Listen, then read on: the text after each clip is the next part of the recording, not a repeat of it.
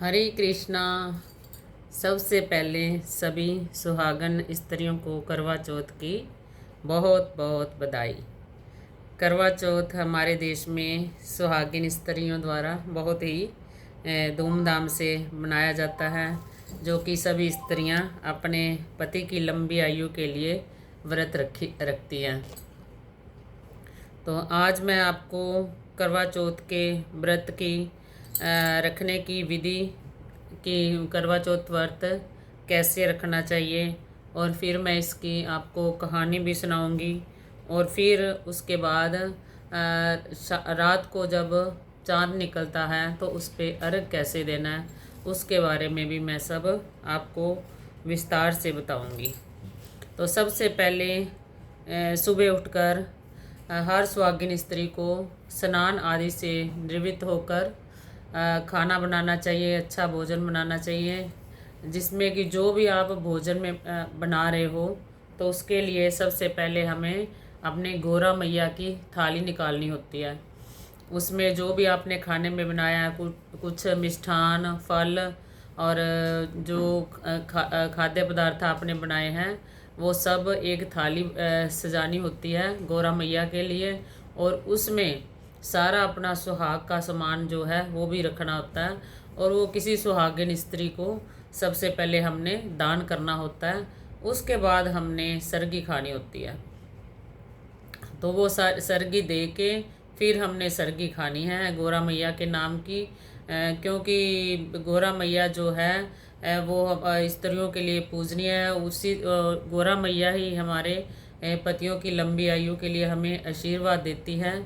और इसके बाद फिर हमें सरगी खानी चाहिए, और सारा दिन सरगी खाने के बाद पूरा दिन हमें निर्जल बिना पानी के व्रत रखना चाहिए, पानी नहीं पीना उसमें पूरा दिन।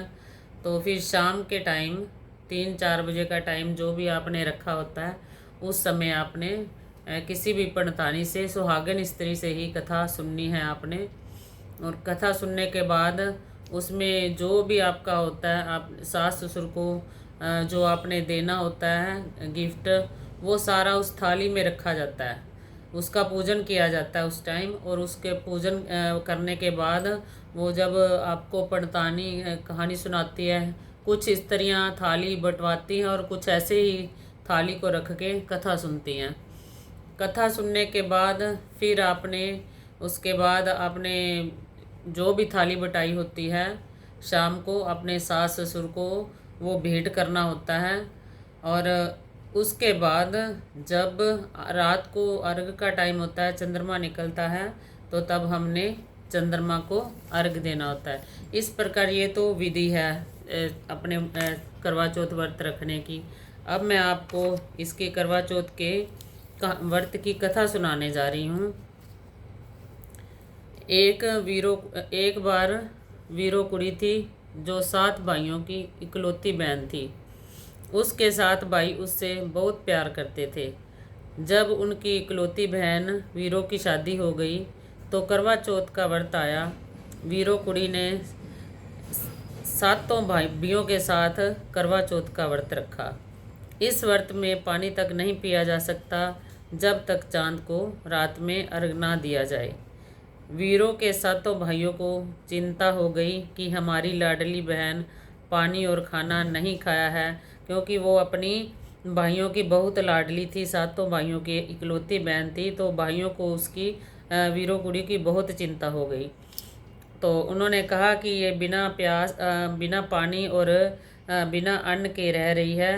तो वीरों कुड़ी के जो 7 भाइयों ने मिलकर एक योजना बनाई और घास और फूस को इकट्ठा करके एक टीला बनाया, और टीला बनाकर उसमें आग लगा दी और अपनी वीरों के पास गए और कहने लगे, बहन तेरा चंद्रमा निकल आया है और चंद्रमा को अर्घ देकर पानी पी लो। वीरों कहने लगी कि मेरी भाभीियों का चंद्रमा तो निकला नहीं है, तो मेरा चंद्रमा कैसे निकल आया है। भाइयों ने कहा तेरा चंद्रमा निकल आया है। तो भाइयों के समझाने पर वीरों कुड़ी ने अर्घ देकर पानी पी लिया।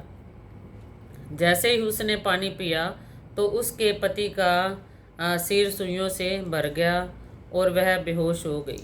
क्योंकि उस दिन उसने व्रत भी रखा और सारा दिन वो कसीदा निकालती रही सुइयों से। तो उसका सिर जो था उसके पति का सुइयों से भर गया और वह बेहोश हो गया। तो क्योंकि उसने व्रत मायके में रखा हुआ था, तो जैसे ही वो अर्घ दे के खाना खाने लगी, तो जैसे ही पहली उसने ग्रह डाली मुंह में, तो उसके मुंह में बाल आ गया उसी टाइम।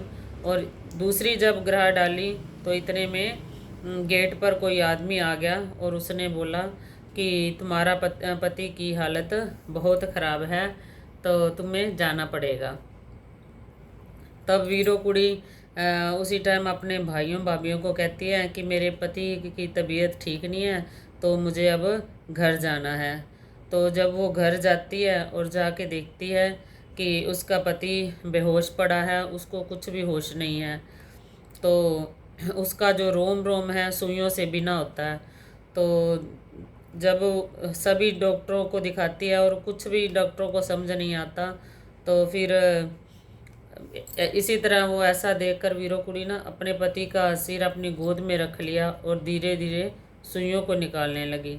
जब दोबारा करवा चौथ आया तो करवा बिकने आया, तो करवा ले लो, करवा ले लो, करवा ले लो, करवा ले लो, ऐसा सुनकर दासी बोली, रानी जी नीचे करवा बिकने आया है, आप जा कर के करवा ले आओ। तब तक मैं राजा का सिर अपनी गोद में रखती हूँ। तो जब वह करवा लेने नीचे गई, तो दासी जो थी राजा की, उसने जो अखीरली सुई थी वो निकाल दी। तो जब राजा होश में आया तो दासी को रानी समझ लिया और जो रानी थी उसको दासी समझ लिया। और उसके साथ जो दासी थी उसके साथ रानी जैसा व्यवहार करने लग गया और जो रानी थी उसके साथ दासी जैसा व्यवहार करने लग गया। अब जो दासी बनी हुई थी रानी, तो वो सारा दिन यही बोलती रहती, रानी सी सो गोली हुई दासी हुई और जो दासी सी सो रानी हुई।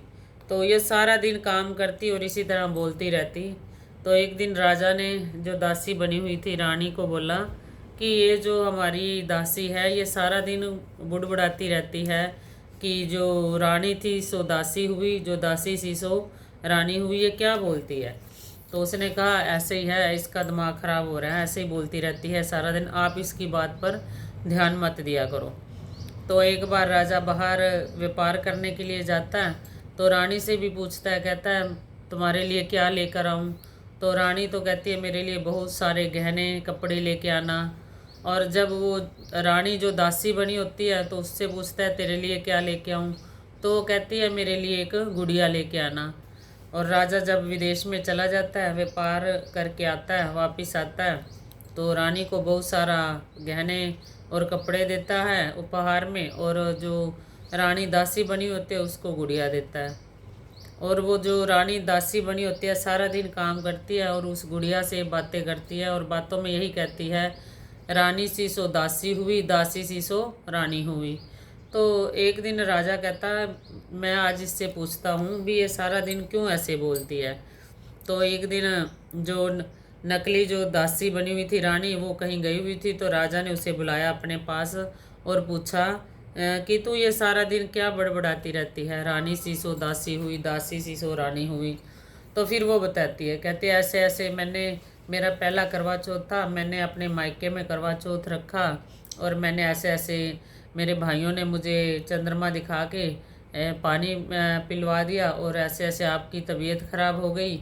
और जब तबीयत ख़राब हो तो मुझे किसी ने कहा कि आप राजा का रोम रोम जो है सुइयों से बिना हुआ है, और जब करवा चौथ आएगा तो तुम करवा लेके आएगी तो इनका इसकी गोद में सिर रखे तूने सारी इसकी सुइयाँ निकालनी है।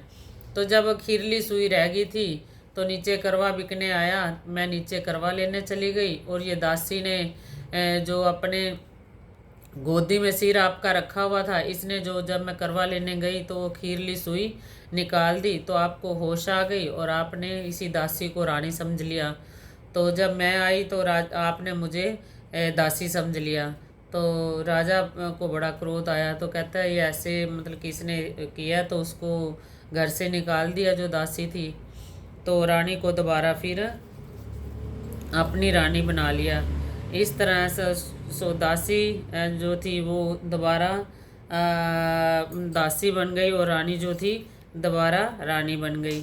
तो इस तरह जो ये व्रत की कथा है, तो ये सारी सुनने के बाद उसके बाद जो रात को जब हमने अर्घ देना है, तो जब कुछ स्त्रियां थाली बांटती हैं, तो थाली बटाते हुए ये बीच बीच में कथा बोलनी है, और बीच बीच में ये साथ में थाली बांटते हुए ले सर्व सुहागन करवड़ा, ले करवड़ा वटाइए, जो मंदा चोली पाइए, ले कत्ती ना टेरी ना, कुमच रखड़ा फेरी ना, वान पैर पाई ना, सुतड़ा जगाई ना, रुठड़ा मनाई ना, ले पैन प्यारी वीरा, चन चढ़े ते पानी पीवा, ले वीरो कुड़िए कड़वड़ा, ले सर्व सुहागन करवड़ा। इस तरह बोलना है। और चंद्रमा को अर्घ देकर फिर ये बोलना है, गीत बोलना है, सिर तड़ी पैर खड़ी, अर्घ देन सर्व सुहागन चुबारे खड़ी। बोल करवा चौथ मैया की जय। बोल पार्वती मैया की जय।